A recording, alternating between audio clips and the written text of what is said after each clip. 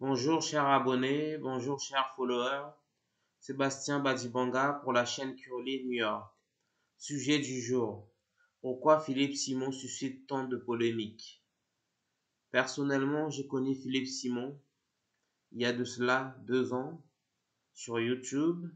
J'ai commencé à suivre ses contenus et ses contenus m'ont beaucoup apporté. Premièrement, Philippe Simon m'a appris à épargner. Deuxièmement, Philippe Simon m'a appris à établir un budget. Troisièmement, Philippe Simon m'a aidé à constituer une épargne de sécurité. Quatrièmement, Philippe Simon m'a donné envie de monter une entreprise.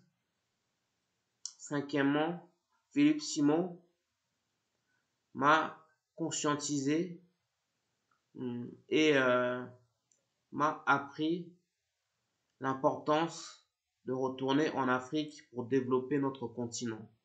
Pour toutes ces raisons, j'ai une bonne image de Philippe Simon et je ne comprends pas pourquoi il divise tant, pourquoi il a tant de détracteurs.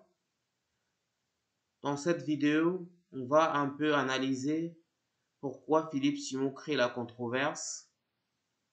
Donc, comme vous savez, plusieurs youtubeurs ont diffusé des vidéos pour critiquer Philippe Simon. Donc, il y a Serge Anongo qui jadis torpillait le franco-camerounais et qui le traitait aussi d'arnaqueur. Mais depuis, ce dernier a compris que Philippe Simon n'était là que pour faire du fric comme la majorité des entrepreneurs. Et donc, il a fini par revenir à la raison. Il a arrêté de fustiger publiquement l'investisseur. Puis, il y a aussi Fétiche de guerre, en fait, le youtubeur aussi camerounais, qui a longtemps créé des contenus, diffusé des sujets pour analyser l'activité de Philippe Simon, aussi bien sur Internet en France qu'en Afrique. Et donc, aussi bien Serge Anongo que Fétiche de guerre, ils ont tous les deux arrêté de s'acharner contre le formateur. Et enfin, le détracteur numéro 1 de Philippe Simon n'est ni plus ni moins Jean Soubayo. Le juriste traite Philippe Simon de tous les noms. À l'entendre, Philippe Simon est un arnaqueur. Pour lui, Philippe Simon arnaque les Africains. Si on se fie aux propos de Jean Soubayo, Philippe Simon insulte même les Africains. Philippe Simon serait un prévenu, un bandit et un repris de justice. Ce sont les mots qu'utilise ce président d'association pour qualifier son compatriote camerounais. Donc, nous pensons sérieusement que tout ça, c'est de l'acharnement. Et ce n'est pas normal que les Africains se prennent le bec et se mettent à torpiller leurs homologues pour la simple bonne raison qu'ils ont réussi à faire des affaires et ils sont devenus riches. Qu'est-ce que Jean Soubayo reproche à Philippe Simon?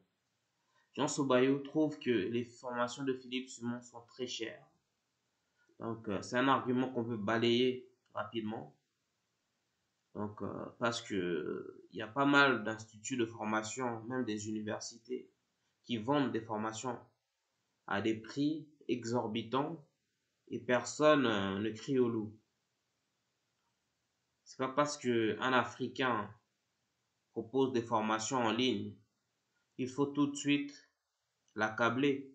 Parce que les youtubeurs américains qui vendent des formations à des prix exagérés, personne ne les condamne. Quand Louis Vuitton vend des costumes à 10 000 euros, je dis n'importe quoi, ou Chanel vend des robes à 50 000 euros, personne ne les accable, hein. Donc, Philippe Simon n'oblige pas ses clients à prendre ces formations. Même s'il y a des formations, personnellement, moi, je ne payerai pas comme l'accélérateur de Destiny. Donc, cette formation, je ne payerai jamais pour ça. Je ne paierai jamais non plus pour la formation Arrêtez d'être une passoire. Voilà un peu donc ce qui reproche Jean Soubayo à Philippe Simon. Deuxièmement, Jean Soubayo reproche à Philippe Simon de ne pas développer l'Afrique. Selon lui, la majorité des sociétés de Philippe Simon sont en France et 80% des recettes de ces entreprises qui se trouvent en Afrique sont directement reversées à son siège à Paris. Donc ça, c'est une info à vérifier. Je n'ai pas enquêté pour savoir si le juriste dit vrai ou non. Mais sachez que Philippe Simon ne peut pas développer l'Afrique à lui tout seul.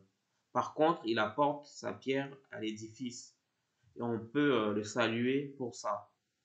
Parce que plus on aura nos compatriotes vivant en Occident qui se rendent en Afrique pour créer des entreprises, employer des gens, mieux l'Afrique va se développer. Parce que l'Afrique a besoin de sa diaspora pour se développer. Par exemple, Philippe Simon emploie quand même 100 personnes en Afrique. Donc, c'est pas mal du tout, hein. Donc, il crée de la richesse en Afrique. Contrairement à ce que veut dire Jean Soubayo. Troisième reproche de Jean Soubayo à Philippe Simon. Souvent, il dit que Philippe Simon insulte les Africains. Désolé. Parce que Philippe Simon a fait une vidéo notamment sur la vie dans les banlieues françaises et les conséquences que cela peut engendrer. Et dans cette vidéo, Philippe Simon voulait juste dire une chose simple, que les individus qui vivent dans des cités françaises, notamment les Noirs africains, sont déterminés socialement à cause de leur lieu d'habitation. Et en vivant dans les cités, ils ont moins de chances de réussir dans la vie que d'autres Français qui vivent dans des villes, dans des campagnes. Ce qui est vrai, hein. Donc, nous avons tous lu le livre de Bourdieu sur le déterminisme social. Donc, le sociologue a démontré facilement que notre origine sociale a des conséquences sur notre destinée. Et que selon notre lieu d'habitation et selon la famille dont on a été élevé, on a un certain avenir. Et que pas seulement une minorité des personnes vivant dans des familles modestes arrivent à changer de classe.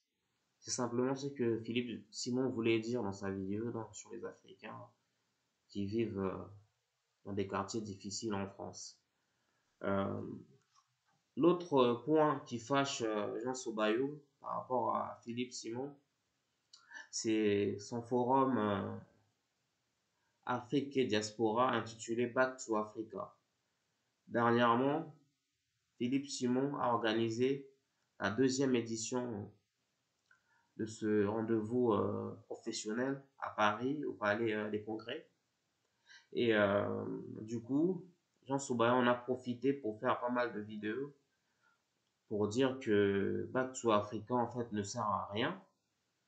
Selon les juristes, c'est du pompage complet, du copier-coller d'un mouvement lancé aux États-Unis au 19e siècle. Et selon Jean Soubayo, il n'y a rien de nouveau. Du coup, il exhorte Philippe Simon à arrêter d'arnaquer les gens, puis il crie haut et fort que les intervenants de Back to Africa sont des agents économiques qui, selon lui, ne peuvent pas changer la donne économique africaine. Je pense que il se trompe parce que les chefs d'entreprise qui ont pris la parole lors de l'événement Back to Africa, donc le 30 septembre 2023 et le 1er octobre 2023, sont des chefs d'entreprise qui créent de l'emploi en Afrique, qui embauchent les personnes, qui investissent en Afrique et qui font des chiffres d'affaires à hauteur des millions de dollars. Donc, leur influence sur l'économie africaine est avérée. Parce que même la petite entreprise qui n'embauche que 50 personnes a une influence sur l'économie. Ces entreprises payent les impôts sur les sociétés. Ces entreprises créent de la richesse en employant des gens qui ont un pouvoir d'achat, qui consomment. Et donc, ces entreprises favorisent le développement économique de l'Afrique. C'est une évidence. Et je ne comprends même pas comment on peut remettre en cause le rôle des entreprises africaines dans le développement économique du continent noir. Euh, en fait, personnellement, je pense que les juristes, en fait, n'acceptent pas la réussite de Philippe Simon parce que lui, il a échoué là où Philippe Simon a réussi. Je pense que c'est ça le nœud du problème. Et personnellement, je pense que Philippe Simon n'est pas un anarcheur. Un anarcheur. Philippe Simon est un honnête citoyen qui n'a jamais été condamné. Donc, à entendre le juriste, Philippe Simon aurait plusieurs plaintes pour arnaque, mais ça fait 2 ans qu'on attend le verdict de ces plaintes. Il n'y a aucun procès, il n'y a aucune condamnation. Euh, certes, Philippe Simon peut être amené à faire des fausses promotions par rapport à ses formations ou par rapport à d'autres activités, mais toutes les entreprises en fait françaises font des fausses promotions. Désolé. Il suffit juste de se connecter sur Internet, de surfer sur le web. Euh, les plus grandes marques françaises, notamment du prêt-à-porter, font des fausses promotions. On ne sait jamais quand c'est les soldes, on ne sait jamais si c'est une vraie promo. Je pense pas qu'il faut condamner Philippe Simon parce qu'il fait des fausses promotions, désolé. Donc, moi, je ne trouve pas ça normal, en fait, que qu'on harcèle quelqu'un qui fait son business, qui fait son fric, qui n'emmerde personne, qui respecte la loi française. Donc, sinon, il serait condamné. Hein. Donc, Philippe Simon a les entreprises qui ont pignon sur eux. Donc, si il y avait vraiment des réels problèmes avec Philippe Simon, avec les rares personnes qui témoignent sur la chaîne de Jean Sobayo, je pense qu'il y a même eu des gens qui l'ont balancé, donc, pour parler en termes familiers, mais pour l'heure, il n'est pas condamné, donc pas la peine d'en faire une affaire d'État. Il faut que nous, les Africains, en fait, nous apprenons à louer l'excellence. Parce que on fait partie des communautés les plus pauvres au monde. Même en Afrique, chez nous, on est pauvre. Et lorsque un des nôtres parvient à sortir de l'enfer pour se faire une place au soleil, nous devons être le premier à l'applaudir. Donc, c'est un peu ça, mon avis sur Philippe Simon. Donc, je l'applaudis pour tout ce qu'il fait. Donc, il est parti de rien. Donc, il a vécu dans une famille modeste et il est devenu milliardaire en francs CFA, donc, ce qui équivaut à 1 500 000 euros de biens. Donc, bravo à lui, en fait. Voilà un peu ce que j'avais à dire sur ce sujet. Merci beaucoup de m'avoir suivi et merci de commenter nos contenus. Vous pouvez commenter par rapport à ce sujet et à la prochaine pour de nouveaux épisodes. Sébastien Bazibanga pour la chaîne Curlenure.